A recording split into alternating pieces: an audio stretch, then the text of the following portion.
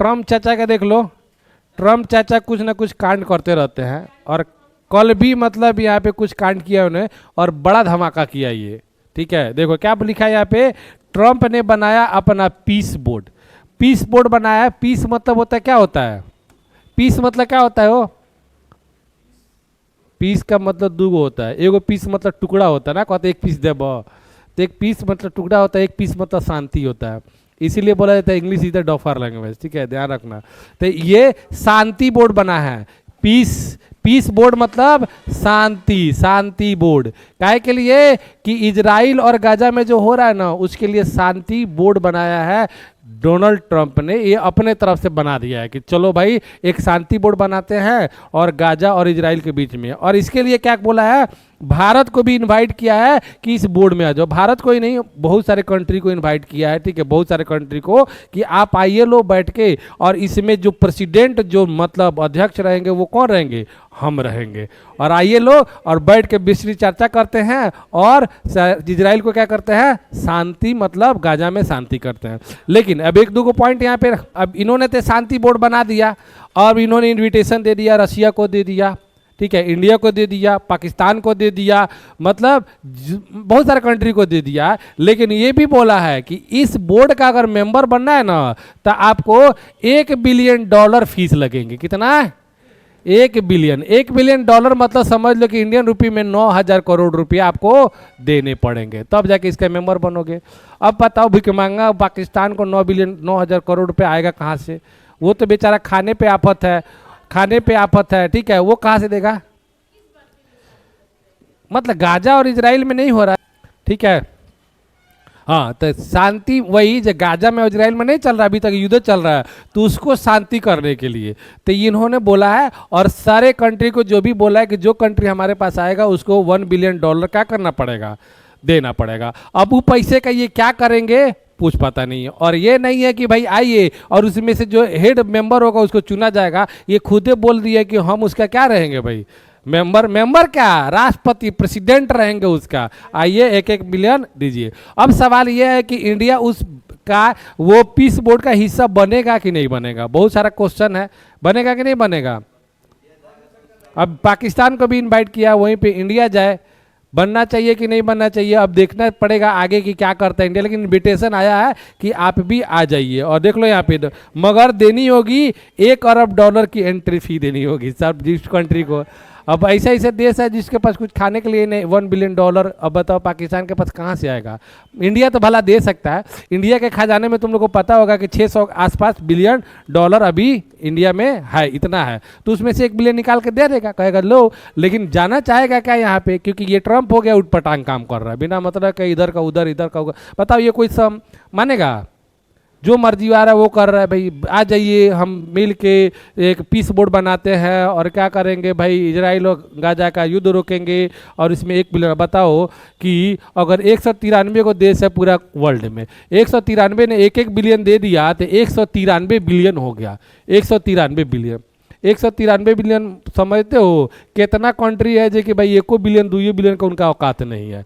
नेपाल ऐसा कंट्री को बोल दोगे तो 1 बिलियन जमा करने के लिए दे पाएगा, वो खत्म हो जाएगा, पता लगेगा कोची को उसको बेचना पड़ेगा, तो पैसा कहाँ से आएगा। और ये पैसा का भी ये ट्रंप जी करेंगे क्या, इसका कोई चर्चा नहीं है।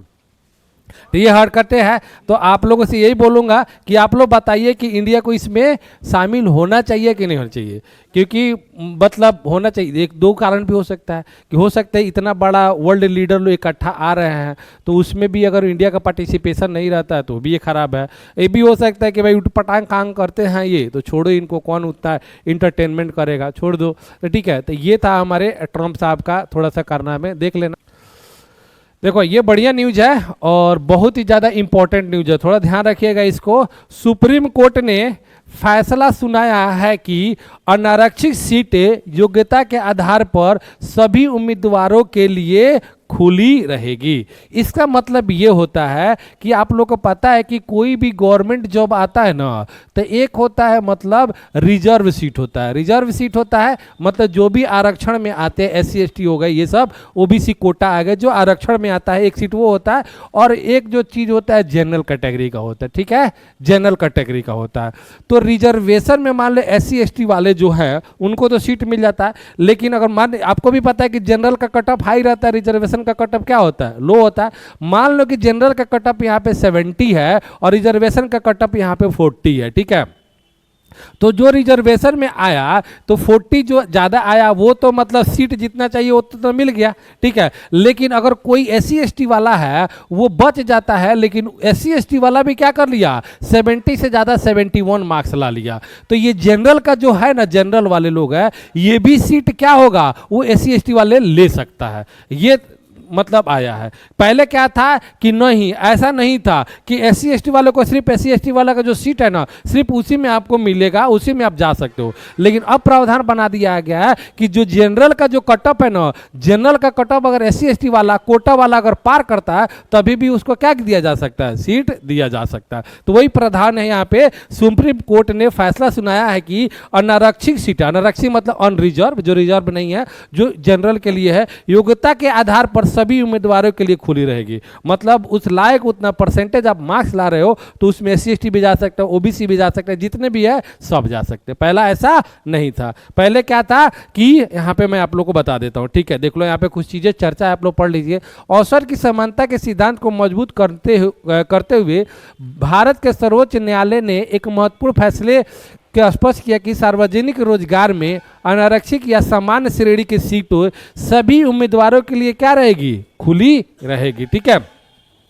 अब ये कौन से अनुच्छेद से जुड़ा हुआ है, अनुच्छेद का मामला है ये। तो अनुच्छेद आप लोग पढ़े हो भाई, किसमें क्या बोलते हैं पॉलिटी में, कि अनुच्छेद 14 और अनुच्छेद 16 से सीधे तौर पर लिया गया है, जहाँ कानून के समक्ष समानता। 14 क्या बोलता है, कानून के समक्ष समानता, और 16 क्या बोलता है, सार्वजनिक रोजगार में समानता को अवसर का गारंटी देता है, ठीक है।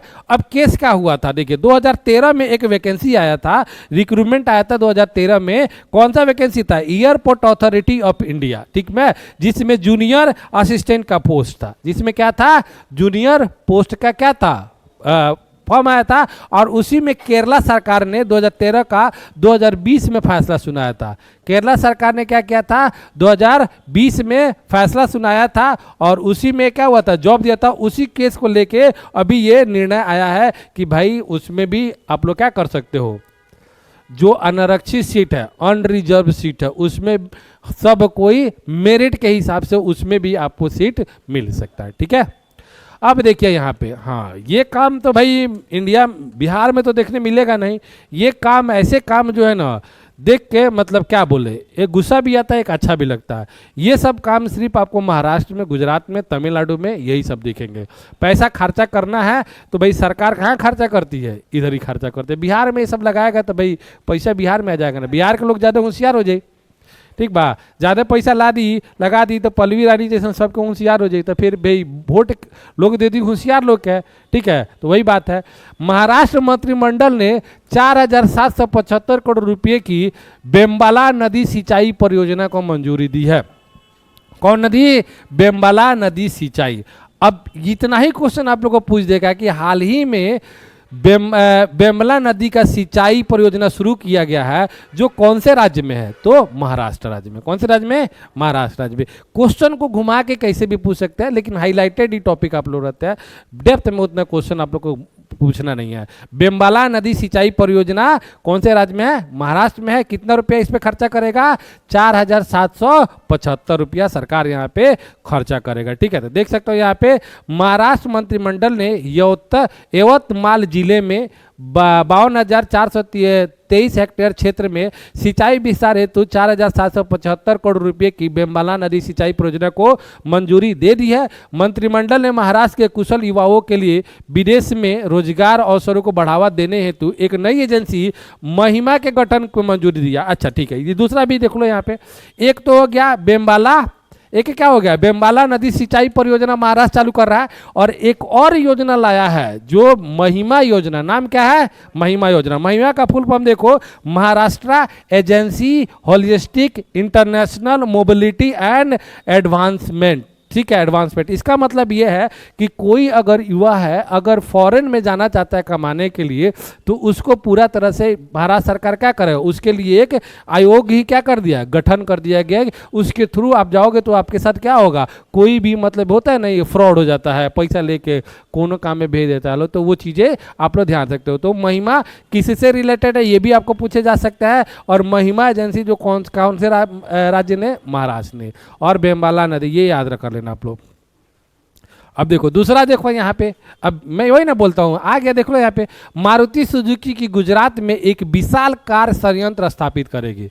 मारुति सुजुकी मतलब कार के कंपनी स्टार्ट कर रही है, फैक्ट्री स्टार्ट की, कहाँ पे, गुजरात में, बिहार में नहीं, गुजरात में।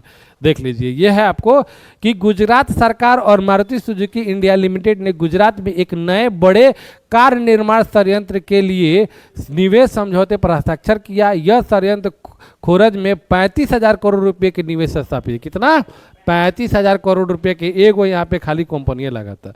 अब बिहार के पूरा साल के बजटे होला 3 लाख करोड़ के, समझ गए। तो ये बात है, ठीक है, आप लोग समझ लीजिए।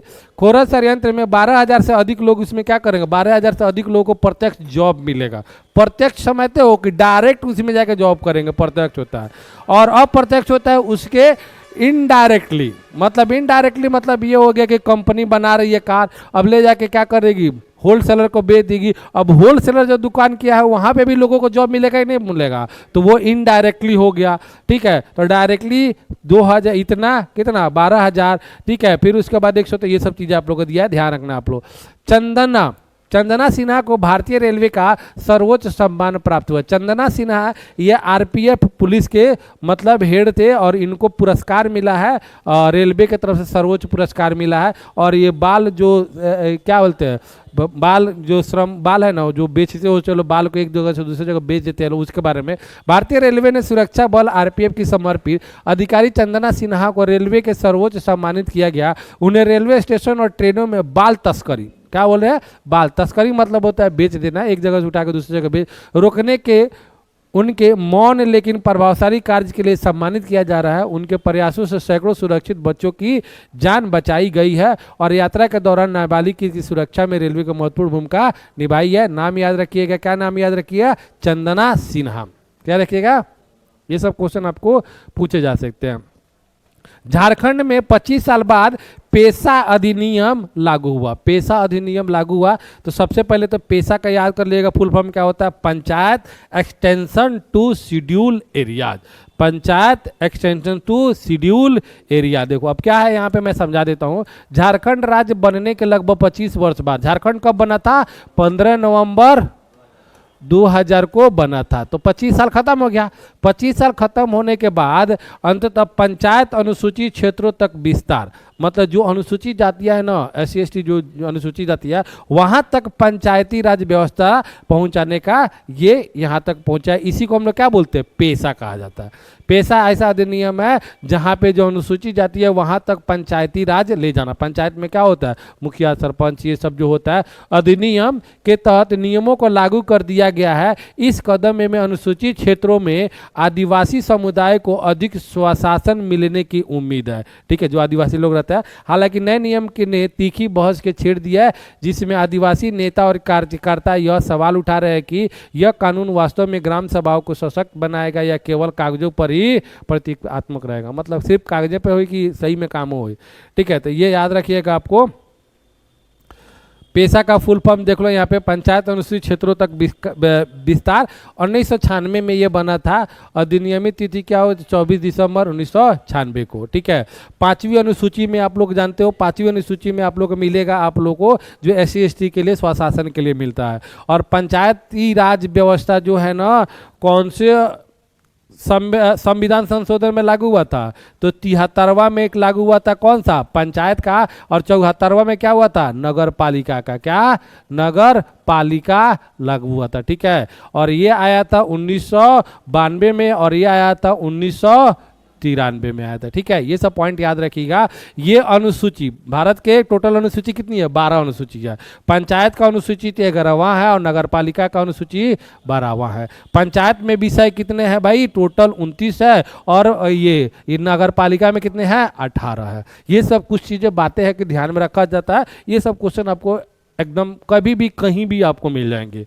ठीक है, ये सब चीज़ें भूलने वाली चीज़ नहीं है। कंपटीशन की तैयारी कर रहे हो, ये दिमाग में आपको रहना चाहिए। ठीक है, नहीं आता है तो आप लोग ध्यान रखिएगा। ठीक है, चलिए आगे क्या है, क्या बोला? युगांडा में राष्ट्रपति के रूप में मुसेवेनी ने 7वीं बार जीत हासिल की। अब 7 बार लगातार प्रेसिडेंट बना है ये मुसेवेनी। कहाँ का है ये? उगांडा का। देखो ये है, ठीक है, 7 बार प्रेसिडेंट बन गया। यहाँ मोदी जी 3 बार जीत के कहते हैं वाह दुनिया के सबसे फेमस नेता तो हम ही हैं। ऐसे 7 बार जीत के बेचारा कुछ नहीं बोल रहा है। ठीक है, देखिए युगांडा में राष्ट्रपति चुनाव निर्णायक रूप से संपन्न हो गया। अनुभवी नेता, वो भी इनको वोट कितना मिला है? 71% वोट मिला है। 71% वोट मिलके जीता है। ठीक है, तो ये नाम याद रखिएगा, इनको नाम याद है योवेरी मुसेवेनी, और ये युगांडा का राष्ट्रपति है। और युगांडा आप लोग को दिखा देता हूँ कहाँ पे है युगांडा। ठीक है, युगांडा देखोगे तो यहाँ पे आपको मिल जाएगा, आपको साउथ अफ्रीका में मिल जाएगा। अफ्रीका में ये देखो युगांडा है। ठीक है ना, ये हमारा युगांडा देख लो, यहाँ पे युगांडा हो गया। ठीक है, ये युगांडा हो गया। ठीक है, ध्यान रखना, ये हमारा प्यारा भारत है। क्लियर? अब इसके बाद देख लो, थोड़ी सी दिन पहले आप लोग को आया था हेडलाइन में, ये वेनेजुएला जानते हो कि नहीं जानते हो? वेनेजुएला का राष्ट्रपति को अमेरिका ने क्या कर लिया? उठा लिया था। ठीक है, 10 दिन पहले क्या हुआ कि उठा लिया। बताओ, किसी के देश में घुस के वहाँ के राष्ट्रपति को उठा लेना, ये कौन सा मतलब सही काम है? और ऐसा ऐसा काम ट्रम्प कर रहा है, और ऐसा ऐसा काम कर रहा है कि दूसरे देश के क्या कर रहा है? राष्ट्रपति को उठा ले रहा है और बोल रहा है कि आ जाओ भाई शांति एक बोर्ड बनाते हैं। कोई जाएगा? हो मैंने कोई जाएगा? 9,000 करोड़ रुपया का फीस, कौन जाएगा? एक कौन भरोसा करेगा अभी इसके ऊपर? भाई उसके बगल का ही है, देखो अमेरिका यही ना, उसके बगल का वेनेजुएला को उठा के ले लिया। ठीक है, तो यही बात है। तो ये ठीक है, चलो। आईसीआई बैंक ने संसदीय संदीप बख्शी को 2028 तक के लिए प्रबंधक एवं मुख्य कार्यकारी एमडी और सीईओ अधिकारी के रूप में इन्होंने नियुक्त किया। ठीक है, ध्यान रखिएगा आईसीआई। ठीक है, तो आईसीआई के अभी एमडी और सीईओ कौन है? ये संदीप बख्शी है। बस इतना ही याद रखना है आपको। और एक चीज और यहाँ पे आप लोगों को थोड़ा सा पूछ दूं मैं, ये सवाल मतलब बनता है किसी से? तो पल्लवी से बनता है। पल्लवी तुम इतना ही बता दो कि आईसीआई का फुल फॉर्म होता क्या है? आईसीआईसीआई का फुल फॉर्म होता है, वही हम बोल रहे थे, इंटरनेशनल में मुझे गलती था, इंडस्ट्रियल इसका नाम। ठीक है, इंडस्ट्रियल क्रेडिट, ये भी सही है, क्रेडिट। और ये है इन्वेस्टमेंट। क्या होता है? इन्वेस्टमेंट। और ये क्या है? Corporation of India. ठीक है, थोड़ा सा मिस्टेक हुआ था वहाँ पे। ठीक है, तो ध्यान रखिएगा, आईसीआई का फुल फॉर्म क्या होता है? Industrial credit investment corporation of India. ठीक है, चलो। इसके अभी के टाइम में सीएमडी कौन है? बख्शी। प्रधानमंत्री मोदी ने 6,957 करोड़ रुपए की काजीरंगा एलिवेटेड कॉरिडोर की आधारशिला रखी। एलिवेटेड कॉरिडोर का मतलब ये होता है ना, ब्रिज समझ लो कि यहाँ पे मतलब रोड बनेगा ना, तो ये ब्रिज पे बनेगा, पाया लगा के। इसको एलिवेटेड मतलब होता है, इसी को बोलते हैं एलिवेटेड। ठीक है, रोड बनेगा। क्यों बन रहा है? और ये काजीरंगा नेशनल पार्क में बन रहा है। काजीरंगा नेशनल पार्क कहाँ है? आसाम में। मुंह भड़का देंगे। इंडिया का सबसे बड़ा का फेमस ठीक है पार्क है नेशनल, असम पार्क। तो ठीक है ना, तो वो रोड निकल रहा है, मान लो रोड निकलना है जंगल से, तो भाई जंगल के बीचों बीच रोड निकलेगा तो क्या होगा? वहाँ के जो जानवर वगैरह है तो कभी कभी रोड पर आ जाएंगे, जिससे क्या हो सकता है? उनकी खतरा हो सकती है, उनकी मौत हो सकती है, उनको भी होगा और जो चलाने वाले उनके भी होगा। लेकिन एलिवेटेड रहेगा, नीचे नीचे अपना जानवर जाएंगे और ऊपर ऊपर कौन जाएगा? आदमी जाएगा। ठीक है, तो इसीलिए एलिवेटेड यहाँ पे बनाया जा रहा है। कितना रुपया लगा के? करोड़ रुपए लगाकर और मोदी जी ने इनका शिलान्यास किया है। देख लो यहाँ पे प्रधानमंत्री नरेंद्र मोदी ने 18 जनवरी 2026 को असम में 6,957 करोड़ रुपए की लागत से बन रहे काजीरंगा एलिवेटेड कॉरिडोर की आधारशिला रखी। वर्चुअल माध्यम से 2 अमृत भारत एक्सप्रेस ट्रेन को हरी झंडी दिखाया, 2 अमृत भारत झंडी दिखाया। इस परियोजना का उद्देश्य वन्य जीव की आवाजाही, वन्य जीव में जो है ना आवाजाही की रक्षा करना, सड़क दुर्घटना को कम करना और कनेक्टिविटी को मजबूत करना, साथ ही क्षेत्र में पर्यटन और रोजगार को क्या करना, बढ़ावा देना। ठीक है, ये हो जाएगा फिनिश। ठीक है।